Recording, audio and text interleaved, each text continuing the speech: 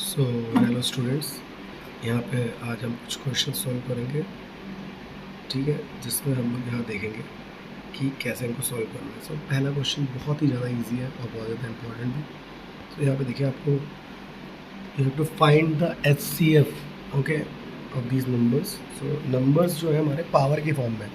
सो कभी भी ऐसा कोई क्वेश्चन आता है जिनमें पावर दे देता है अचानक से, वो चाहे किसी वेरिएबल के साथ पावर हो, तब भी आपको यही चीज़ करनी है, ठीक है।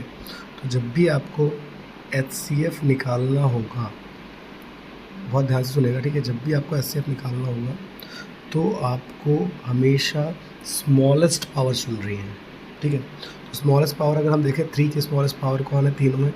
3 स्क्वायर, ओके। और द नेक्स्ट थिंग, 5 की पावर अगर देखी जाए तो 5 सिंगल लिखा हुआ है एक जगह पे सबसे लास्ट वाले में, और लास्ट में हमारा 2 जो स्टार्टिंग में लिखा हुआ है।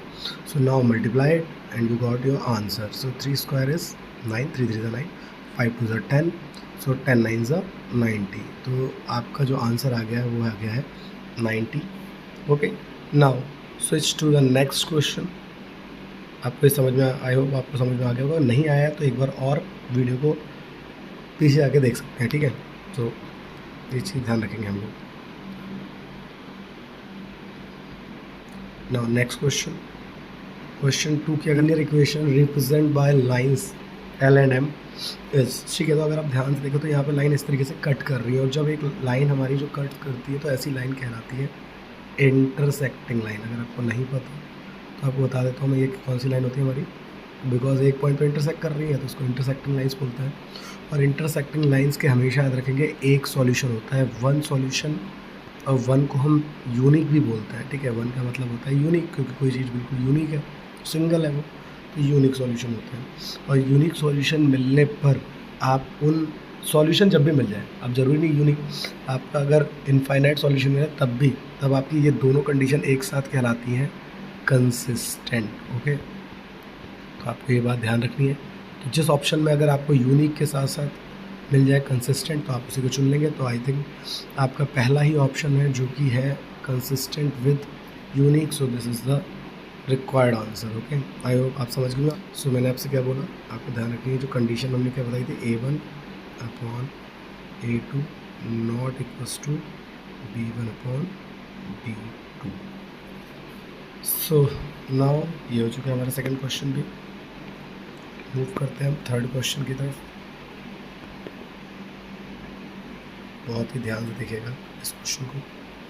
अब यहाँ पे क्या करना है आपने, you have to find the distance, okay. तो डिस्टेंस फाइंड करनी है। तो देखिए, डिस्टेंस के लिए आपको डिस्टेंस फॉर्मूला पता होना चाहिए। डिस्टेंस किसके निकालनी है आपको, A, B and -A, -B। तो पहले मैं आपको एक कुछ थ्योरी बताना चाहूँगा कि कभी भी किसी क्वेश्चन में आपको आ जाता है कि डिस्टेंस फाइंड करो बिटवीन 2 पॉइंट्स। सो आपको ध्यान रखना है जो आपके ये है कोऑर्डिनेट्स है, तो पहला वाला आपका x होता है, दूसरा वाला y होता है। ऐसे ही इधर भी पहला वाला x होता है, दूसरा वाला y होता है। बट यहाँ पे 2 कोऑर्डिनेट्स दे रखे हैं, तो पहले वाले को हम 1 1 नेम दे देंगे, दूसरे वाले को हम 2 2 नेम दे देंगे, ओके। सो ये बात आपको हमेशा याद रखनी है, बहुत ज़्यादा इंपॉर्टेंट चीज़ है जहाँ से भी आप। अब नाउ आपने निकालना क्या, डिस्टेंस। तो डिस्टेंस फॉर्मूला होना चाहिए। तो डिस्टेंस फॉर्मूला क्या होता है, डिस्टेंस को हम d से दिखा देंगे। तो ये फॉर्मूला होता है हमारा x2 minus x1 whole square plus y2 minus y1 whole square, okay. So आपको फॉर्मूला समझ में आ गया होगा, x2 minus x1 whole square plus y2 minus y1 whole square. ध्यान रखिएगा इस बात को। अब यहाँ अगर हम वैल्यू देखें तो आपको यहाँ ऊपर वैल्यू दिख गई होंगी। x2 है हमारा माइनस है, ठीक है, ये पर माइनस है। दूसरा वाला x1 भी आपका है -A, उसका होल स्क्वायर। y2 है आपका -B, y1 भी है आपका -B, उसका भी होल स्क्वायर। ऊपर रूट चल रहा है, माइनस है हमको पता है जब 2 नंबर माइनस के होते हैं या ज़्यादा भी होते हैं तो वो सारे ऐड हो जाता है। तो ये हो जाएगा -A 2 टाइम्स है तो 2 है होल स्क्वायर। सिमिलरली ऐसी -B -2B होल स्क्वायर, ठीक है। Now 2 square is 4, A square minus plus बन गया, यहाँ पे 4B स्क्वायर। अब आपको एक ध्यान देखना है कि यहाँ पे कॉमन क्या है, ठीक है। अगर हम ध्यान से देखें तो यहाँ पे कॉमन क्या है, तो कॉमन यहाँ पर था हमारा, जो भाई कुछ इसमें कॉमन क्या था, कॉमन था हमारा 4, अंदर क्या बचा, A square plus B square और अंडर रूट चल रहा था हमारा ना। 4 is the square root of 2।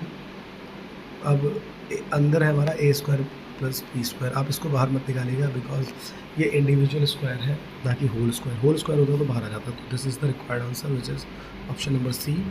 Okay, thank you. बाकी क्वेश्चंस हम कल करते हैं।